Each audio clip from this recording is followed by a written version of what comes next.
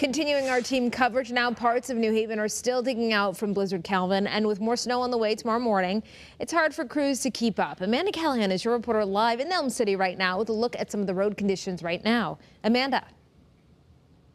Well, Stephanie, a lot of the roads are still messy out here, which is part of the reason that kids have another snow day tomorrow. Of course, in addition to the snow that's moving in tomorrow morning, you can see they are doing their best to try and keep up with this cleanup. They are clearing the snow off the sidewalks, putting it into those front loaders, putting it in the dump truck, and then taking it to the snow yards. So this is quite the effort that they have underway right now, but residents are hoping that it will improve those road conditions.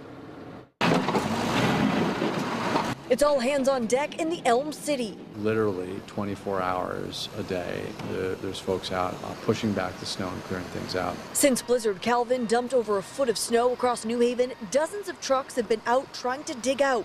New Haven's mayor said they have run into some mechanical issues with the plows working overtime, and a storm with high winds caused snow to keep blowing.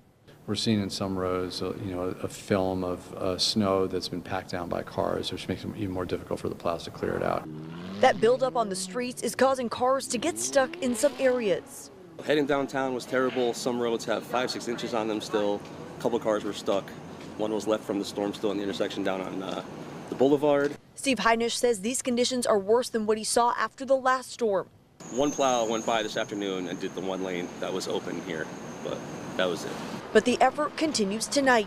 We make sure the roads are passable, then we go back on a second pass throughout the city and start pushing back the snow onto the curb as best we can. Then that snow gets put into trucks and dumped at various snow yards around the city. And there's still more to come. It's a challenging situation, and I hope people understand that these things are not as easy as it seems to make sure the streets are clear.